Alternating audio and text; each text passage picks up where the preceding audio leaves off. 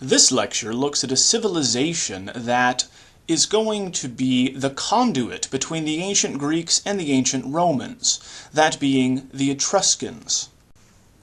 The Etruscans are going to be a civilization that is native and immigrant to the Italian peninsula. They settle in Tuscany between the Arno and Tiber rivers, and they will influence the ancient Greeks and be influenced by them, passing on that information by way of art, by way of architecture, their religion to the Romans when they begin taking over this area. The area that they're going to settle in is going to be seen here. These rolling hills, the fertile land, and of course a very desirable area in Italy. City by city, the Etruscans will spread out until they have a trading empire in the west. In the 6th century BCE, they will control all of northern and central Italy. Seafarers that they are going to establish trading posts and will trade with people abroad, including the Greeks in their colonies to the south, such as Syracuse and Paestum, and then of course all the way to the Greek mainland. Now, given the lack of political cohesion, like the ancient Greeks, where we find that each city-state is somewhat independent, even though they speak the same language and have the same religion, we find that in areas like Arezzo, Chiusi, Tarquinia, Cerveteri, these are all going to be ruled separately by various rulers, even though they are politically aligned. While the Etruscans were certainly influenced by the Greeks, they are distinct and can be understood as such by looking at how they are ruled, not in a democratic fashion by demos in these city-states like the Greeks, but instead living in small clans that were ruled by oligarchies or wealthy families. They did, however, adopt the Greek language by the 8th century or 700 BCE and began trading with Greek colonies.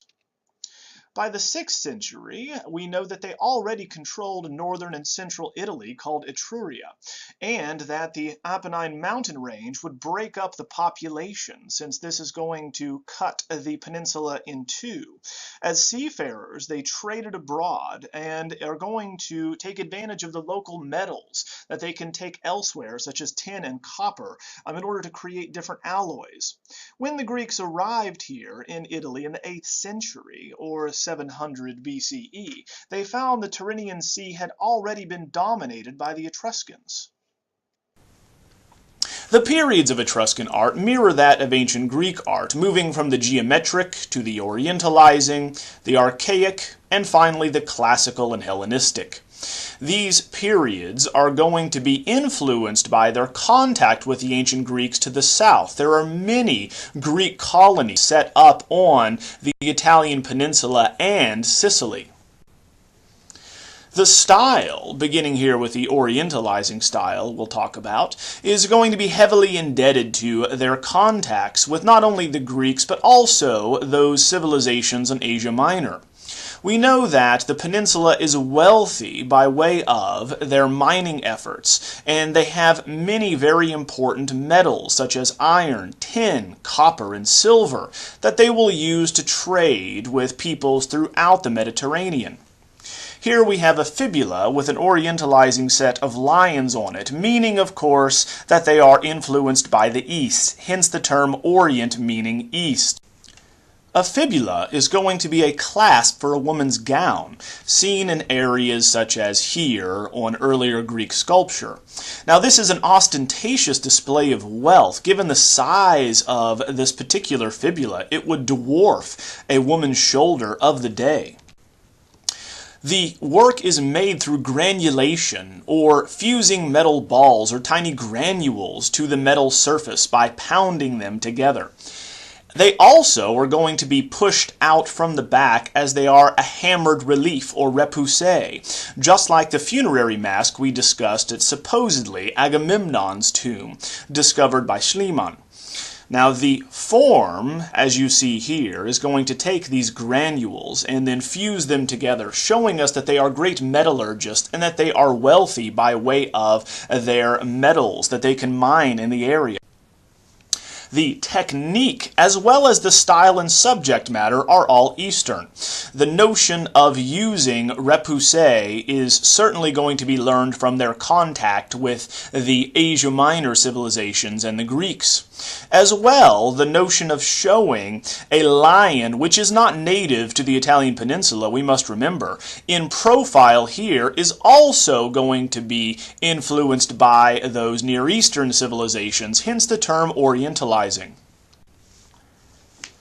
The style of architecture as we move into the Archaic period also mirrors that of the ancient Greeks and their temples in the south, such as the ones we already looked at, like the Temple of Hera I. Now, archaic temples, as they are going to be developed in ancient Greece, are going to have freestanding columns on all four sides. This will not be the case for the Etruscans, who build temples that are going to be largely made of materials that do not stand the test of time. Hence, we only have their stone bases, the rest of it made of terracotta, wood, and other materials that tend to rot over time. Now, this departs radically from Greek models that are going to survive from the area, because we find the materials, of course, are going to be different, how they are decorated are going to be different here, as well as how we approach and appreciate the temple. With Greek temples, we should note that they have stone columns on all sides, as well as the entablature. Only the roofs are going to be made of wood and terracotta. For the Etruscans, it's all made of material that is eventually going to wash away. And so we find that only the bases survive.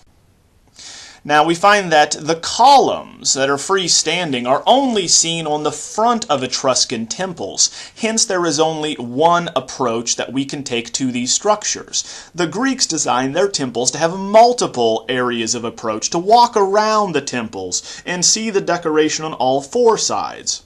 So even though it resembles a Greek Doric order temple, we find that the Tuscan columns that are unfluted here, made of wood, are going to have bases, which is unlike the Doric order for the Greeks. On the interior, we find there's a difference as well. The Greeks will only have one stela or naos for one god. Hence, the Temple of Hera I is dedicated only to the goddess Hera.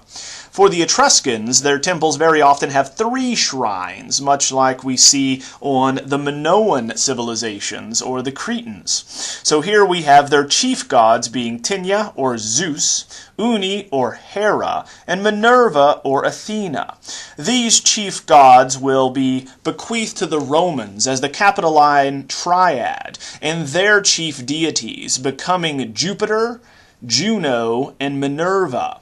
Hence we see how this idea of these religious figures, this pantheon, will filter through the Etruscans and then find their way into the Roman pantheon, even how they pronounce their names. On top of the roof here, we find that the Etruscans, unlike the Greeks, do not decorate the pediment and or have reliefs around an Ionic frieze or metopes or the entablature. Instead, their decorations are going to find life-size statues on the peaks of temple roofs, and they generally are made of terracotta, hence they do not survive intact.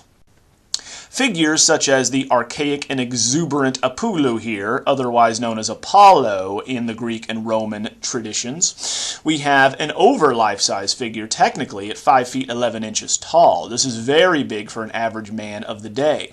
He exuberantly strides forward, his energy made possible and understandable to the viewer by way of the cascading folds of his drapery, his outstretched arms, his stride as he commandingly moves forward. So this is also polychromed like the ancient Greeks would have polychromed their statues, painting in many different colors to make him as lifelike as possible. Now, this is not just a statue of the god Apollo, the god of the sun. Instead, it is part of a narrative, specifically that of the labors of Heracles. Hence, the Etruscans also adopted the demigod Heracles into their pantheon. Here, the third labor of Heracles is shown, where he is asked to capture the golden stag of Artemis. This golden stag, which is a female deer, but has golden antlers and could outrun an arrow in flight, is sacred to Artemis, who's going to be Apollo's twin sister. Hence, Apollo demands the return of the beast that Heracles is going to capture. Now we find that he could not fire an arrow to bring the beast down, so he had to outrun it, and of course bring it before the council to see that he had actually succeeded in this labor. So we do not have, like in the archaic Greek statues, merely a figure that is to be understood outside of a narrative context and as a god himself. Instead, he is vigorously striding forward in motion, with arms gesticulating, hands moving if they had been intact here, which is vastly different from what's happening in ancient Greece, a very stoic and, once again, a very rigid approach to their choros at the same time. We do still see remnants of the Greek style here in the archaic smile seen in the Etruscan work here for Apollo. The notion of having the figure very lifelike and moving, though, is central to understanding what the Etruscans will bequeath to their Roman counterparts. In one of the most famous works associated with the Etruscans, we have here the sarcophagus with reclining couple from Cerveteri in Italy, found in one of their tumuli tombs. Here we find that the sarcophagus is not intended to house the figures themselves, the people, the effigies that we see here, for the Etruscans are going to cremate their dead. It holds only their ashes. Yet the couple is still shown intact, and not only intact, but engaged in lively discussion as part of an activity, a narrative, which is central to the Etruscan civilization. They will always be doing something in the act of it. So even though we are still in the archaic era here, we find that they are acting as though we have moved into the late classical period in Greece. Now they are sitting on, reclining on, a banquet couch. We have a couple here, a husband and a wife, who are gesticulating and or talking while gesturing with their hands. The idea of not burying the dead, as the Greeks would have, as far as the plebes are concerned, departs from the Greek tradition. The Greeks also marked their grave sites with stele and or statues like this kouros. The Etruscans, interestingly enough, will show the effigy of the deceased even though we have ashes inside. Also, we find they are disinterested, as the Greeks are, in proportion and balance, for the legs of these figures are far too small. Their hands are large, hence they are trying to emphasize the fact that this couple is engaging with something outside of themselves, talking as part of this banquet in the afterlife. Now, only men dined at these symposia, often entertained by hetairai or prostitutes in the Greek culture. The Etruscans, of course, are going to celebrate the monogamous approach of marriage and will show themselves, even in the afterlife, with their wives. Note that the Greeks never show the afterlife, the underworld. It is something that is mysterious, not to be known to men who are alive. But here, not only do we see the afterlife, we also are going to be engaging with our wives and husbands in the afterlife. This is very unusual and departs greatly from the Greek understanding of death. While the Egyptians would show portraits of husbands and wives, we find that the Etruscans, showing them in the afterlife as well, are going to be much more lively and interested in this animated and lively gesticulation, as their hands are going to be moving, and this is of course emphasized in much of funerary art in ancient Etruria. Here we have another example, just to give you an alternative, in which we find couples are not only shown together in a banquet, but sometimes still embracing lovingly, in this case in a bed. The sarcophagus becomes the bed that they will hold each other with throughout all of eternity, still alive, still engaged with one another.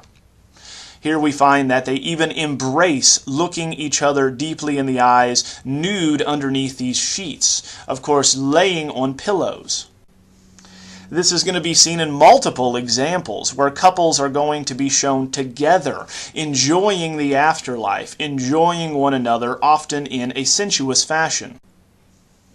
These would have been found in the types of tombs common in ancient Etruria, and those are going to be mound tombs or tumulus tombs, plural tumuli. This necropolis is going to be built away from living cities. Hence, like the ancient Egyptians, the Etruscans understood that the dead still lived in an alternative plane of existence, an alternative space that still existed here on our plane. So they needed a place to live. They needed the same types of materials that they did while they were alive in order to still enjoy their eternal afterlife. Now, just like the Mycenaean Tholos tombs, these are going to be built up into mounds and have an interior space that is carved directly out of the rock, much like Middle Kingdom tombs in ancient Egypt. The tombs are carved away directly into the tufa bedrock here, or limestone, so it's a softer stone. So we find that the burial mounds are often built up on top, often exceeding 130 feet for the function, as we would understand it, as a mausoleum for an entire family, not just for one individual, reflecting how they lived in family units with one structure. Here we have a detail of these tumuli in which you can enter the main doorway and see how dirt and earth is piled up on top of them. On the inside, they resemble the houses of the living, thus we can reconstruct what daily life was like in ancient Etruscan life, in which we find there are beds inset into the sides of the walls, armchairs for sitting and relaxing, footstools, windows, and various tools. The interior space looks much like Middle Kingdom tombs in ancient Egypt. Carved directly out of the bedrock, we see the beds along the walls for this multi-family home, and then the people who would be buried here in cremation urns. Notice that the pillows are carved out of the stone, as well as reliefs on the wall, including rope and various tools, machetes, axes, jugs. Everything that these individuals would need in the afterlife is included here, painted in stucco relief. Here we have another version, a photograph showing you the polychromatic forms on the walls. An amazingly detailed rendition of what an interior space would have looked like in ancient Etruria. So this is, of course, more akin to the techniques and the purpose of Egyptian tombs, where people would actually be buried in this area, and, of course, to provide for their eternal resting place and the objects they would need in the afterlife. The Greeks only made stone shrines for gods, not their dead. In another one of these tombs, a very rare example of painting survives in what is called the Tomb of the Leopards. Here in Tarquinia, in another necropolis, we have a banqueting scene. The scene is going to find men and women paired off. The men in a dark ruddy color, the women in a light yellow ochre color. And unlike the Greeks, we have men and women, not just men shown. Because in the afterlife, as with the reclining couple and the sarcophagus, people will be together with their spouses forever. The egg held by individuals, as well as the purpose of these tombs, relates to regeneration and rebirth in the afterlife, that people will continue living, celebrating with one another, and drinking. Merriment and music will be had, and this goes all the way back to ancient Sumeria in their art, where we find that exaggerated gestures and gesticulation is going to celebrate life rather than be a contemplation of death, very similar to the Egyptians as well. The ancient Sumerians, if we remember, also show themselves in the afterlife banqueting, drinking wine, listening to music as they are entertained. Hence we find the same type of celebration, that this must have been known to the ancient Etruscans by way of their trading with those in Asia Minor. In 509 BCE, we find the Romans are going to expel the last Etruscan king, Tarquinius Superbus, founding the ancient Roman Republic. In 474 BCE, further damage will befall the Etruscan Empire in that their fleet is defeated off the coast of Cumae, where the dominance of their seafaring trade ends as we see Rome rising. At this time, not surprisingly, tomb furnishings decline, and instead of bronze and terracotta, we're going to find that we have less expensive and elaborate materials that are used. By this time, in the 5th century BCE, or the 400s, the Carthaginians would become dominant in the Tyrrhenian Sea, taking over North Africa, southern Spain, Sardinia, Corsica, and Sicily. They were the greatest Phoenician power left in the Mediterranean, and Rome's major rival at this time with the rise of Rome, especially seen in the Punic Wars with Hannibal, that raged between 264 and 146 BCE, when Rome came out dominant after these wars. But with the rise of Rome, we find Etruscan art will be very valuable and in demand for the new civilization on the rise. Therefore, even the symbol of ancient Rome itself, seen here in the Capitoline wolf, is going to be made by an Etruscan artisan. In the archaic form and, of course, style, we have this she-wolf snarling, looking out at us, ears raised, perked up by our presence, threatened by us. We know she is a she-wolf because we have the sagging teats below her feeding the later editions of Romulus and Remus. This is a hollow cast bronze that is larger than life size. Now, the twins below are going to be added later in the 15th century by the Florentine sculptor Antonio Palaiuolo. The story shown here is distinctly Roman and records the Roman foundation myth that fills in the gap between the fall of Troy and the founding of Rome in 753. Here we find that Aeneas, the surviving Trojan from the royal family, will found Lavinium after, of course, his wife Lavinia. His son, Ascanius, is going to found Alba Longa. Hence we find that the Romans will eventually go to war with the Albans. The sequence of kings after the founding of these two main cities is going to find that the 12th generation, 450 years later, Romulus and Remus will be born, who will found Rome as we know it, and name it after Romulus. The twins Romulus and Remus were born from Rhea Silvia, a priestess who was impregnated by the god of war Mars himself. She then abandoned the infants to die in the wilderness, for if she were caught, she would have been killed herself, given that she was a priestess. These were the descendants of Aeneas, and luckily, after being nursed by a she-wolf, they are found by a shepherd, and his wife raised them as shepherds. Later, Romulus will kill Remus, thus founding Rome in 753 BCE. Romulus and Remus, importantly, are abandoned as infants by their mother Rhea Silvia because the father is the god of war, Mars, and she fears that no one will believe her and that she will be put to death given that she is a priestess. We find that later, when they grow up, after being suckled by a she-wolf in the wilderness, and that's how they survive, taking into themselves the ferocity and the fighting nature and strength of a wolf, they will eventually found Rome, and then Romulus kills his twin brother Remus, becoming the sole king in 753. Now, the statue that is desired here for this new Roman Republic, the symbol of Rome that is fiercely independent, is going to be defiant and distinctly Etruscan, which is ironic. Yet we find even today on the Capitoline Hill, the Capitoline wolf here is going to be shown. She will also be on their coins, on several areas of the city carved into the stone as a symbol of ancient Rome, tying the Romans to the god of war.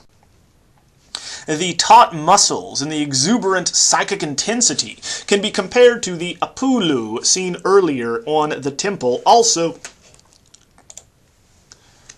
the wolf looks out at the viewer, of course engaging us, just as Apullu strides forward, engaging with Heracles, demanding the golden stag back for his sister.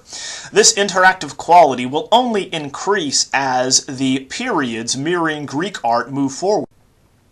That can be seen especially in the late classical Chimera of Arezzo, named for the city of Arezzo, which is another Etruscan city. We find here the story of Bellerophon and the beast that he must slay. Now, the Chimera is, capital C, we must add, a specific creature in ancient Greece and Greek mythology with the head of a lion, the tail of a snake, and a goat head protruding from its side. We find here that the goat's neck is wounded, hence we know that there is an implied hero present. The implied hero in this case is Bellerophon, who slays the Chimera, using a lead-tipped spear that he thrusts into the beast's throat. As he breathes fire, the lead melts and he suffocates this very dangerous creature.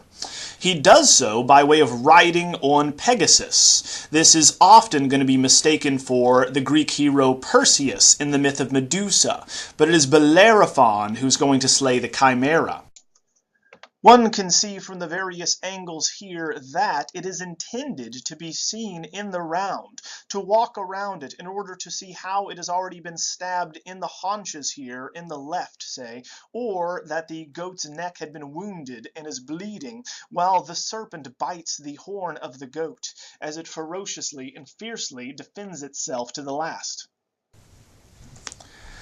The muscles are, of course, stretched over the rib cage as the beast prepares to attack, much like the earlier Capitoline wolf. We have an interactivity assumed here that the wolf and the Chimera are growling, snarling at someone present. Therefore, could this have been part of a group, much like we would have had with the Gaul group, right, in Pergamon? Was there a hero standing in front with a spear? Obviously, we're in the part of the narrative where the beast is wounded, backed into a corner. The neck of the goat is bleeding. Hence, there must be some type of presence of a hero here. Or are we the hero standing in front of this beast? Have we bested it just as though we would stand over the dying Gaul? In 273 BCE, Rome succeeds in conquering the final city-states of Etruria, Veii and Cerveteri. Thus we enter the Hellenistic age of art. It is at this time that we find the Etruscans are going to retreat from their naturalistic and engaging, energetic approach to art. We find that the fall of their civilization is met with a rather somber and melancholic note, seen here in the sarcophagus of Lars Poulena. Hence, we have a life-size effigy of the deceased man in the sarcophagus. Looking at the portrait type here of Lars Poulena, we note that he is no longer youthful and vigorous. Instead, he is aged. And this aged type is going to be the most common and respected in Republican portraiture, as we will discuss next time. These veristic portraits are going to showcase the men in charge are generally going to be aged or power at this time. Now, however, the wife is not present. It is not joyous. He is not talking and gesticulating. Instead, he is going to lean in a recumbent pose, quietly looking out with his lips shut at the viewer. He unfurls a scroll with his life's deeds on it, telling us who he was and what he did. We find that now we are going to be focusing on transitioning to the next plane of existence, much as the Greeks understood that you would need the boatman, Charon, to move you across the river Styx into Hades. Charon, in this instance, is a spiritual guide or psychopompos. We've seen these pompoi before in earlier vase paintings, where the deceased are carried into the underworld by Charons, in this case by death demons. Now, we do not see the underworld now, and it's moving into a more Greek interpretation, for these Charons are going to hammer the deceased, seen here in the center, into the underworld, as other psychopompoi with wings look on to the sides. Charons are, of course, a generic type taken from the ancient Greeks for Charon himself, who would be the boatman who ferried souls across the river Styx into Hades. Now, these Charons, or these death demons, are given hammers and boar's tusks with blue skin relating to decay and snakes in their hair. People familiar with Greek mythology would immediately think of Medusa. For the Gorgons are going to be shown also as women with wings, snakes for hair, and boar's tusks, their mouths generally open and protruding with the tongue, showing that they are dead and represent death incarnate.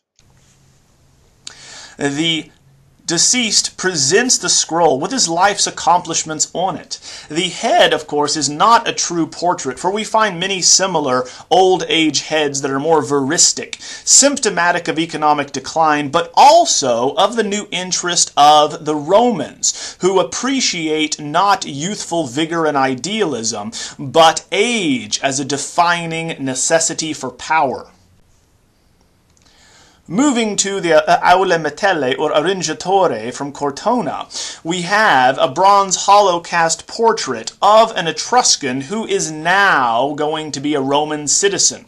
This is a magistrate who raises his arms to address an assembly. Hence, this was mistaken for an arringatore or orator previously, someone speaking. Now, these are going to be experts in bronze hollow casting, the Etruscans were, and so the Romans adopt their artifice and their knowledge. With his closely cropped hair and signs of aging, as his flesh sags, the nasolabial fold cuts deep into his cheeks, his brow furrows. This is going to be appreciated by the Romans for the portrait-like or veristic quality of the work. He's also dressed in a toga, similar to Roman senators. The idea of a figure, though, engaging the space in front of him goes back to the late classical era in Greece, where figures require you to walk around them, that engage with the audience in front of them. As with Lars Poulena, the portrait type here can be seen to be fairly accurate and veristic, thus showing wrinkles and imperfections, as is appreciated in Republican Rome among the senatorial class and the patrician class. In 89 BCE, ancient Rome declares an end to the social war. Roman citizenship is then conferred on all of Italy's inhabitants, as finally everyone is considered Roman. Aule here is Etruscan, hence in name only, and Etruscan art thus becomes Roman art. The face, the dress, the haircut, and the aging all are going to be symptomatic of the rise and what Rome appreciates. Next class, we will continue with this veristic approach to portraiture with Republican portraiture and look at Roman architecture and what they adopt from the Etruscans.